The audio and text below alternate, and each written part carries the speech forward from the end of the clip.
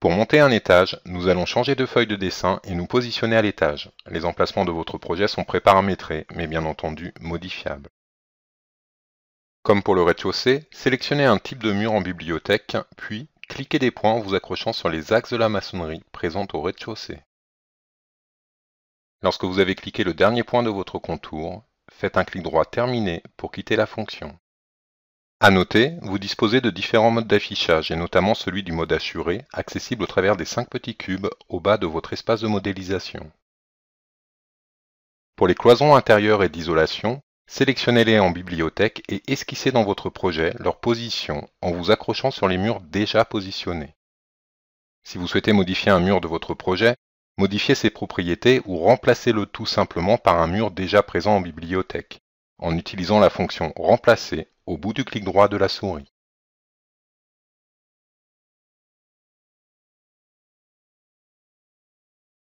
Modifiez ensuite la position de vos cloisons en les sélectionnant et en cliquant sur l'une des codes dynamiques affichées. Inscrivez une distance et validez.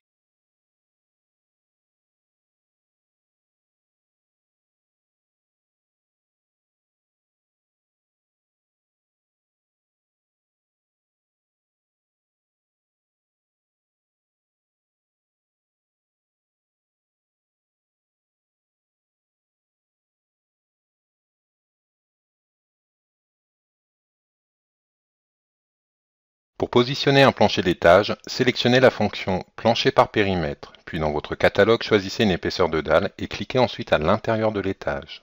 La dalle sera ainsi automatiquement positionnée par rapport au nu extérieur de l'agglo ou de la brique.